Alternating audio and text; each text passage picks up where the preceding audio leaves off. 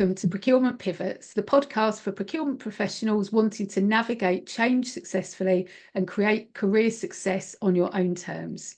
I'm Donna Bowden, procurement career coach and founder of Narrate Your Career. And I'm Laura Sellers, executive coach for procurement and founder of Coaching for Procurement.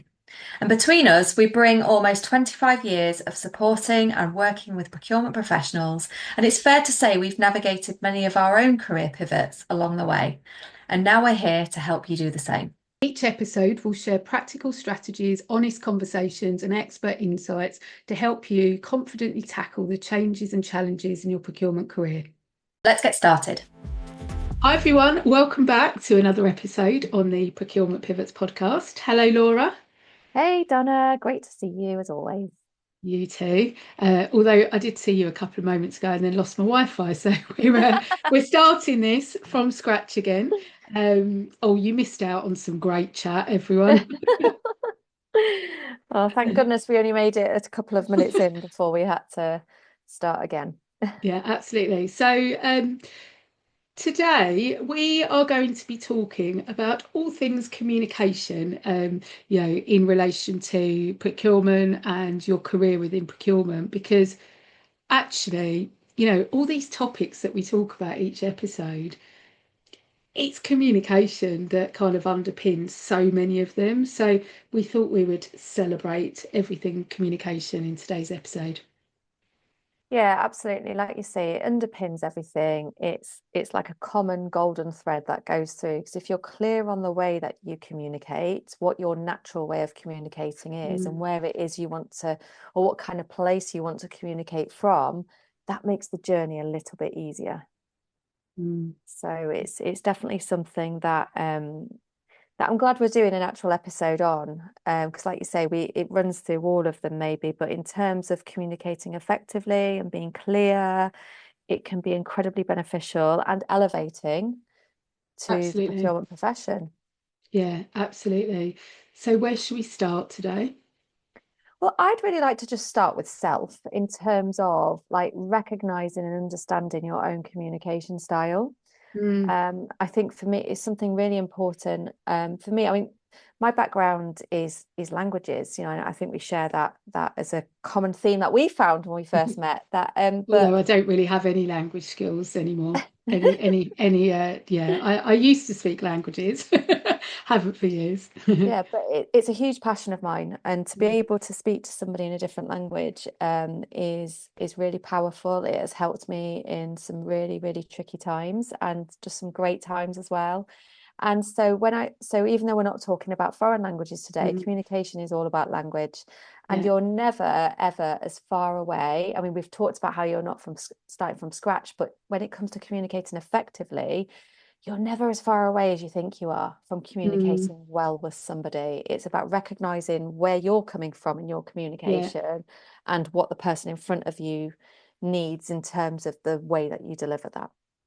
So starting with self. Yeah. And I think, this does come up a lot in conversations, in work with clients. I think so many people are kind of starting to think much more intentionally actually about, how is it that they show up, and, how can they, like you say, elevate their style of delivery in order to maybe start operating at a more senior level. Or, I've had a client this week who, is wanting to work on their ability to communicate more strategically than they are right now. So they're communicating quite tactically. So I think it does come up really frequently. I think it's a key topic. Yeah, and I think again with that self piece, if you know what your natural style is, then it can help you to actually reinforce what you think your strengths are, where you're already good, and that can build the courage and the confidence to then tweak the message.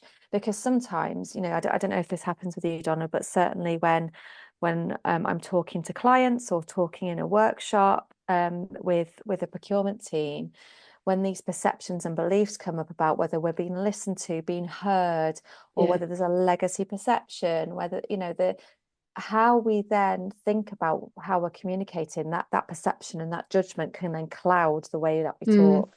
So if we're going into a meeting thinking, well, they just think I'm a buyer, they don't, they don't respect what I have to say, as an example, then it could be that we shrink the way that we communicate. So starting from a place of strength is really important. So the way I like to do this with clients is that I do insights discovery work with one-to-one and with teams, and basically we look at what energy you're communicating from. So if you are a person who communicates very directly, if you're a person who needs to build relationships before you open up, the more you understand that, the more you realize how accessible and adapting and how accessible and how you can adapt your approach can then really help you with where you need to be. Yeah, brilliant. So I mean, do you want to share a bit more about that kind of insights work? Do you think that would be helpful, maybe just to give people anyone that's not kind of, had experience with that, just to give them a kind of a flavour of what that entails? Yeah, sure. So basically, just some background. I had an insights profile done with me twice when I was in-house, and now as a practitioner, I have another one. My communication style has shifted. So, and I've retrained since then, and a bit older, got grown-up kids, that also impacts the way you communicate. So basically, it comes from the color energies that is derived from Carl Jung's work, who was a psychologist from quite a few years ago. And so you may have heard of DISC, which is another one, but insights goes into a different level of depth, let's say. So we all have our own natural preferences. And so if you're familiar with the colors, we're talking about red, yellow, blue, and green. So if you communicate from a red energy, then you are communicating quite directly. You're very driven towards a goal. You're very results focused. If you are communicating from a yellow energy, you are quite inspirational in your language. You may not be as good with the detail, but you're good at the bigger picture vision. So they're two examples, but it also takes into account whether you are of an extroverted preference or an introverted preference, whether you communicate from a set of senses or another, if you come from more of an intuition sense of communication, or from the sensing where it's about the cold hard data. So to have all of that knowledge about the way you communicate is really valuable for a procurement professional, because it can be around when you need to use the numbers and when you need to use the bigger picture thinking. So it's not like you're only one color. We have access to all of them. We just have preferences. So starting from the self, about recognizing what your natural style is, and then if you happen to know what your team colors are and what your stakeholders color preferences are, that can really help you to adapt your message to your audience and build stronger relationships. And how likely is it, do you think, that someone would have access to their stakeholders' kind of profile, if you like? Well, it's a great question, because depending on how these profiles are done within the business. So, if you already have that available to you, you could find it out. But the great thing is that there are some characteristics which probably give it away a little bit. So you can at least, if you don't know the full profile of somebody, you can at least make a judgment based on what you're hearing and seeing from that individual. So when it comes to their email communications, are they straight to the point? Do they like lots of detail? Do they put lots of warm messaging in there as well?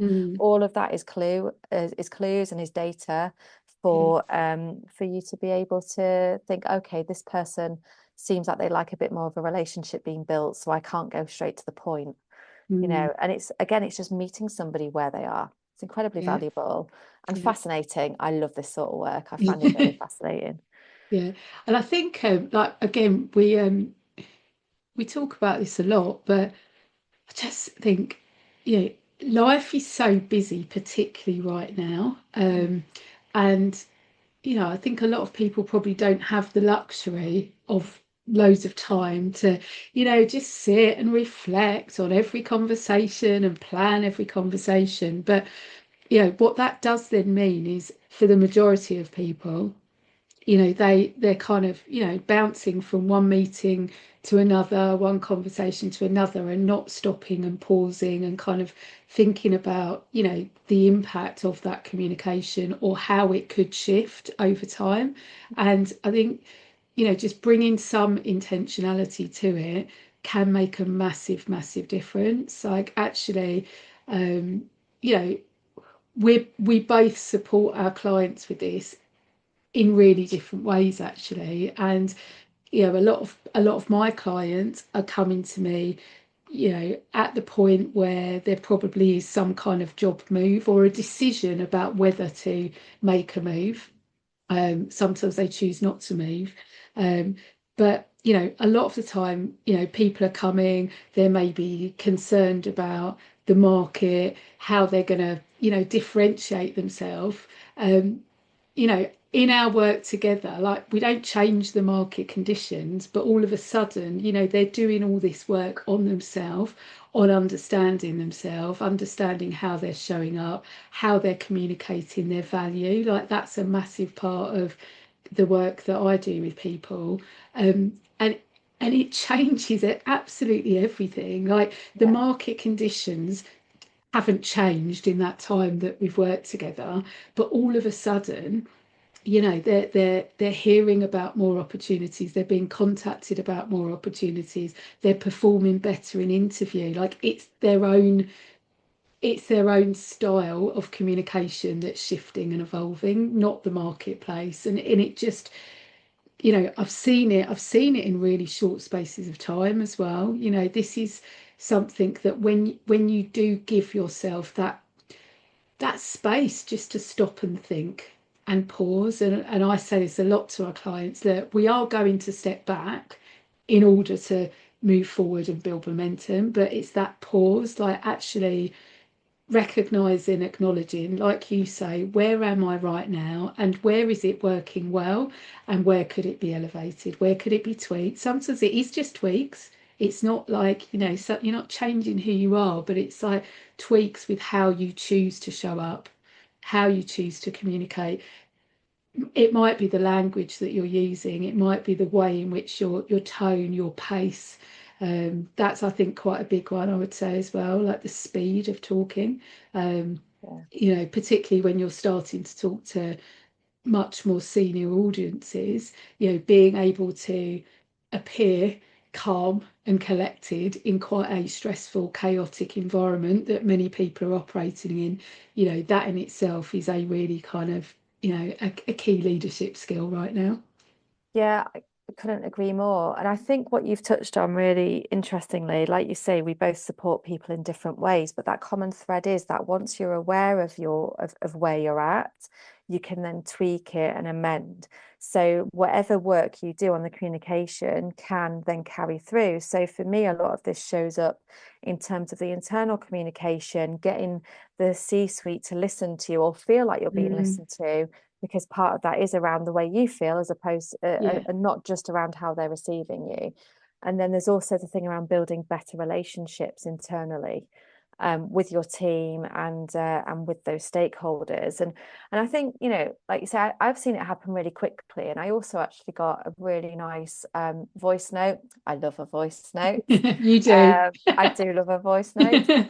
From a client who I finished working with not that long ago, saying about how much things have shifted and they're being listened to at C-suite level. So it's Um, just, it can be really, really powerful. And again, it's, yeah, yes, I've held the space there as the coach, but these skills they stay with you. They stay with you for mm, the long term. So, yeah, whatever transition point we are helping as procurement pivots and in our own yeah, businesses, it's around, we are setting people up and they are setting themselves up for with a toolkit that is going to be adaptable and that is going to be useful in years to come. And so understanding your own strengths in communication is a really, really big part of that.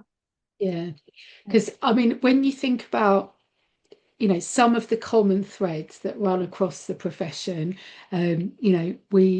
we're still hearing this kind of, no one understands procurement. So this perception of what procurement is, I think it comes up really, really, really, really regularly in conversations. And you know, I've had some really interesting conversations recently with senior procurement professionals, and I think even that language that's being used with the business, like, you know, I've held spaces for my clients. It's their conversation, um, but often they are acknowledging that the language being used by procurement, like it's procurement heavy language. It's about the process. It's actually like you know the art of great communication in a procurement sense is enabling those people to make sense of procurement. And that still is a challenge actually in a lot of environments, and it's the communication, isn't it, that kind of makes or breaks it often. So I think in relation to promoting the true value of procurement, like communication is critical. But also, I think another common thread is there's an awful lot of people right now that don't feel recognised, don't feel valued, don't feel like, their own contribution is really understood by other people. And so, again, it's thinking about how is it that you're communicating that to those other people to enable them to recognize it and see it and actually understand it? Yeah, and I think that's a brilliant point. I have a bit of a different take in terms of that communicating it, because like you say, it can be very process heavy, very jargon heavy Mm, in terms of procurement. And so that can make other people switch off when they don't understand it. Because what do we do when we don't understand something? We either judge it or we ignore it, so it can be, I think there's two parts to this. There's the bit that we're talking about, what you've just brilliantly said around the way that you tailor that message and that information. The other part of it as well is also making your stakeholder feel heard and leading yeah. first with that, because actually the clash is sometimes where procurement are trying to put across their message, and that other person is thinking, well, what about what my needs are? What about, Mm, that this isn't making sense to me. And this is where the adapting of yeah. communication is really, really important, because if we're not aware of the clash in communication styles, Yeah. and if we're also not aware and in touch with our own needs and our own courage and confidence, and with that, we can sort of come up against what other people's needs are, and then the message just gets lost. So for Yeah. me, it's a bit of an intertwined thing of not only delivering a message in a way that works, but also bringing that person along the journey with you to be able Mm, to recognize for them to recognize how you can help them, and how yeah. actually you can enhance and enable where they want to go as well. So for me, it's a double-edged thing. It's Yeah. two different things that we have to intertwine.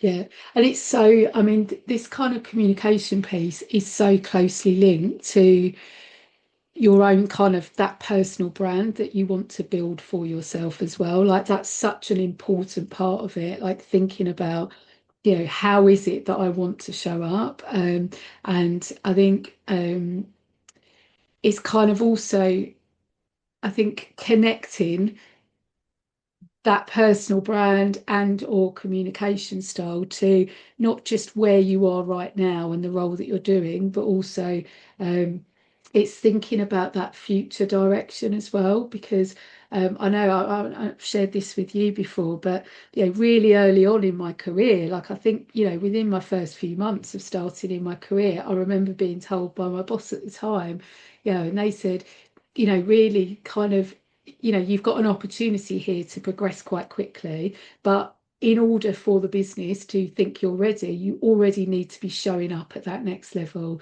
You need to be behaving at that next level up, communicating at that next level up. And so, that's always really stuck with me. I think, often people are communicating for their current setting and their current environment. So I've spoken to quite a few recently, kind of maybe individuals, say at like senior category manager level, and they're wanting to be seen more strategically, they're wanting to be taken more seriously at the next level up. But actually they are still communicating for that immediate kind of group of people, and there is a shift that needs to happen if you suddenly then want to, like if your stakeholder population is suddenly going up in seniority, like that is a different style of communication that's going to land. Yeah, absolutely. I think that's such a great point, because you need to think about where you want to come from with that. And like you say, the things shift around you all the time, right? The people shift, the dynamic shifts. So to be able to have that awareness of the communication style and this and what Yeah, it is you need to be selling in terms of that vision is incredibly important. You yeah. know, it's and I think as well, it's, I mean, the way that I like to think of it is, sometimes it can be so hard to feel like you're relating to a stakeholder, or to selling that value, to convince it to be convincing, or to be able to, let's just say, sell yourself and have that personal brand, as you said. Part of me feels like it's a bit of an unlocking a code. And once you've unlocked it, it's amazing what else you can see. And we've talked about that Mm, opportunity mindset before. But when you recognize that somebody is just in a different space when it comes to how they receive communication, it becomes a lot easier to not take it personally, to not mm, fall into, you know, when they don't recognize you yet, or when you don't feel that yeah, they are seeing you as you want to be seen yet. So it can be a lot easier to not take it personally, and to also detach yourself a little bit from the dynamics that often show up in these conversations.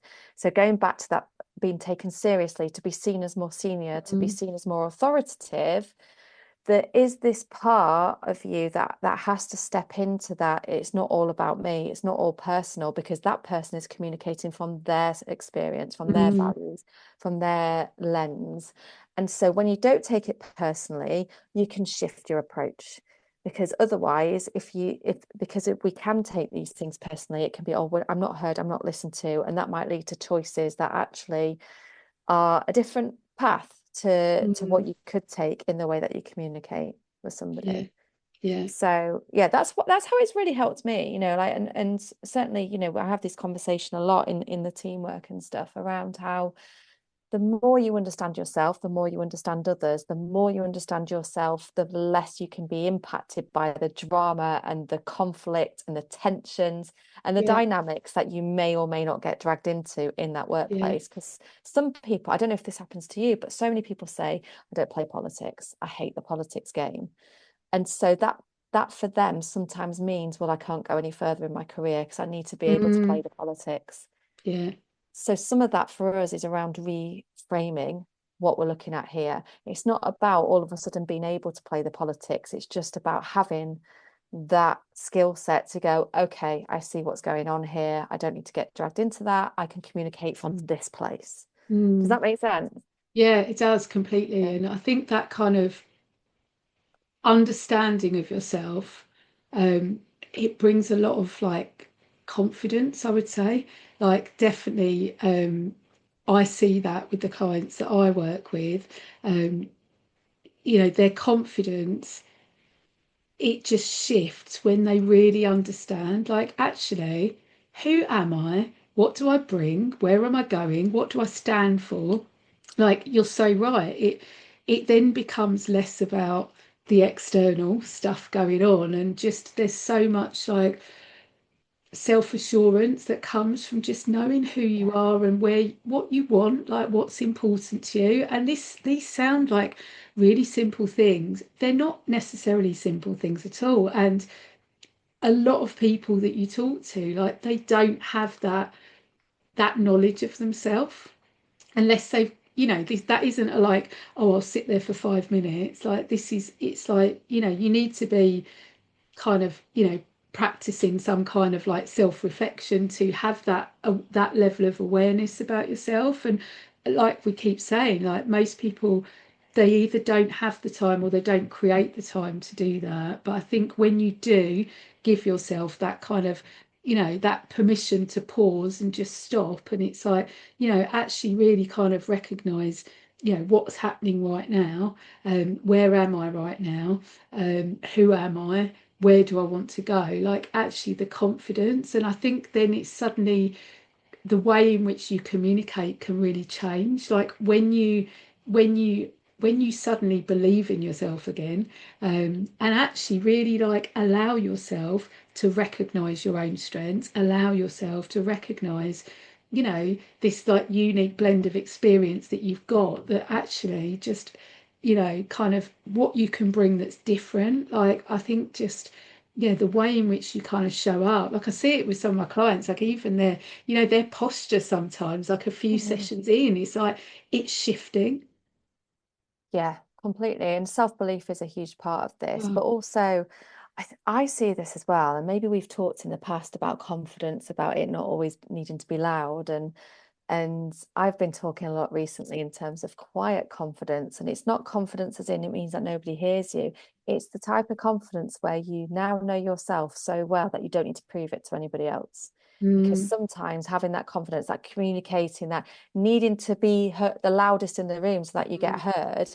I mean, what's the phrase? Like insecurity is loud and confidence is quiet sometimes. It's I yeah, don't. yeah, I've heard something like that. But I think it's just around I now know and have a really good sense of who I am and how I show up. Like you say, what do you bring that's different?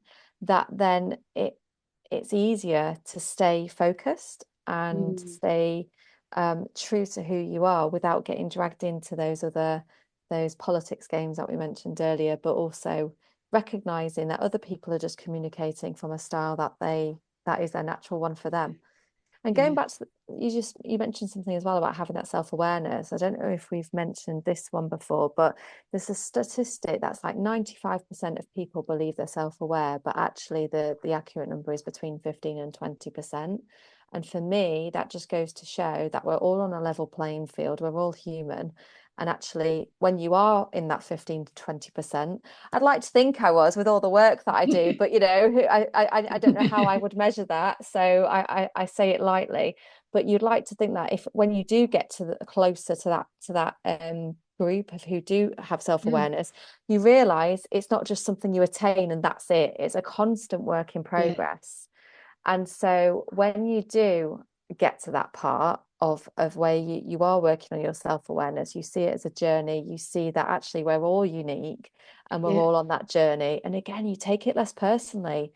And Mm, that, going back to what you were saying about personal branding, and to have that presence and the authority at that yeah. level, when you step up, you need to have a good sense of that and know where you're not getting dragged in and know where actually, no, I'm communicating clearly from this place, and this is the message that I want to give across.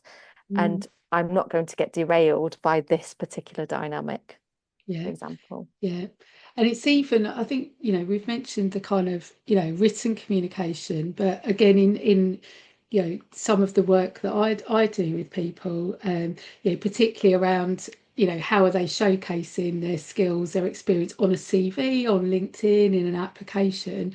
I think it's just being considered with Yeah. your choice of words. And particularly now, like, AI is being used to generate so much. Look, I use AI daily, so that's not, not making judgment at all. But what we are finding is that in so many kind of places, your own communication, it's being diluted. Like, that's the thing, your tone of voice is not necessarily coming through. And I see it with, some of the CVs that I see, and I will call people out on it, and I say that not call out the use of AI, but it's like those words on the page do not sound like you. That Mm, CV is not telling me the same story that you've just told me. And it's so important. Like, even like, the language, like, a lot of people that I'm supporting, either they're already at leadership level or they're in the journey to step into. And the words matter. Like, the confidence that comes through with the choice of words matters. mm, Particularly, we are in a really competitive market. Like, there's more roles than there was last year, but it's incredibly competitive. Like, one of my clients at the moment is at final stage on a role, and there was apparently 2,800 applicants. Now, I'm not for a second saying that is the norm, but it's in the hundreds for senior roles. And Mhm. actually those choice of words do suddenly matter, and they can be the differentiators with, I mean, I see so many CVs, and just a lot of them, they're professionally written. They will say what the person has done, but you're not getting a sense of the person.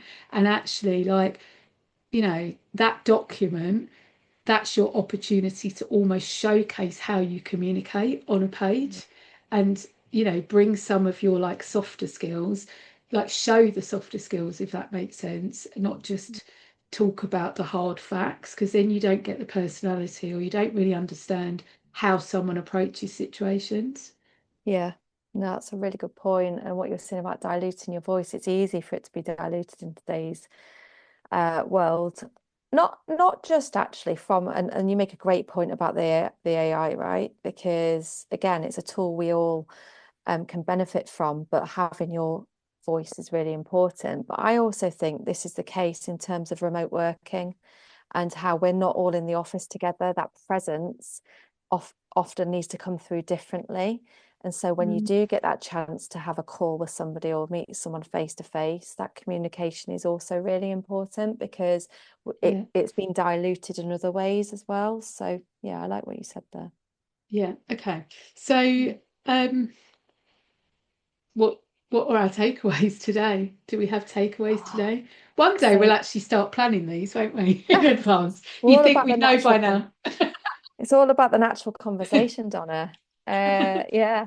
And no, I think, we alluded to it at the beginning. This is a meaty subject and it is a common thread. So, regardless of whatever stage you're in and what your next need is, this Yeah, is a fundamental topic. So, like you said, you're working on that transition with some of your clients, and then with my clients as well. We're talking about internal yeah, relationships and talking about how to elevate your position in the organization. So it's just, and I know there's crossover, but I think the point is that the more of a sense of self and your communication style that you have, the better position you are in to tweak and to enhance and to elevate.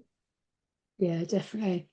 Yeah, I think just being intentional with it. Don't just don't just leave it to chance. Don't just let it happen. That's, I think, many careers are built on just on chance. But I would say it's kind of, take allowing yourself to just take that step back every once in a while, and kind of, think a bit more intentionally, and think about, because actually, it's also about adapting your style for the different types of people that you're Mm. going to be interacting with internally, externally, etc. And so I think, there's just such a lot of power that comes from, that kind of that self-assessment, that Yeah. reflection, and giving yourself like a pat on the back, not just kind of picking holes. How could I be better? What am I not doing very well? But actually, like, recognize where it is working well, and Yeah. think about how can you, how could I do more of that? That seems to be working really well. So how can I just keep doing more of that? And then also, how could I elevate it further? Exactly. And without wanting to go on for the few minutes, I know we're wrapping up, but it is that thing around the self-belief and the self-perception is so important here because how we see ourselves impacts the way that we communicate. And so I think it is all intertwined, and that's why we like to separate it out and work on the individual bits. So yeah, Yeah. Yeah, that's, great I mean, takeaways. the self-belief piece, the self-confidence, like, that is the part that shifts most, I think, when you start exploring coaching, really, because we're not, we and whoever it is we're working with, we're not really going to be able to change those external factors a lot of the time. It's like, actually, it's how you see those things and how you respond to those things. That's what can change. But I think that how you feel about yourself, you know it shows it shows in your everyday communication. There are signs. If you're not feeling confident about something, often that will come through in some way. So I think, like, thinking about the things you can do to build your own self-confidence, build your own self-belief, like, yeah, it can make a massive difference. Yeah, no, absolutely. Well, thank you. So it's a topic that we are both very passionate about, and thanks so much for joining, everyone. Like I say, it's we both believe it is a very important golden thread running through procurement careers, and we love to explore this topic. So thank you Yeah, so much for yeah. joining us. Yeah, and I would just add, so we are in the process of, evolving procurement pivots. We are, starting to look at how we can evolve beyond the podcast. And so we'd love to hear from you. We are already starting to have conversations about how we might be able to support organisations, individuals together. So, if you do have any thoughts, like we'd love your input at this stage. Even in relation to the podcast, if there's topics that we haven't yet covered and you'd like us to, please do let us know. Equally, if there's topics that you'd like us to go a bit deeper into, because we do appreciate today. This is a whistle-stop tour. It's high level. No doubt we'll come back to this topic in more detail at some point. But, we've created this podcast for you. So we would love your input to help us shape it as we move forwards. Yeah, definitely. Please get in touch. Yeah. See you later. Take care. Right, take care. Bye. Bye. Bye. Thank you for tuning in to Procurement Pivots. We hope today's episode gave you actionable tips to help you to continue to move forward in your procurement career. If you enjoyed the conversation, follow our episodes, share them with others, and please support us on our social media channels for others that might be interested to tune in.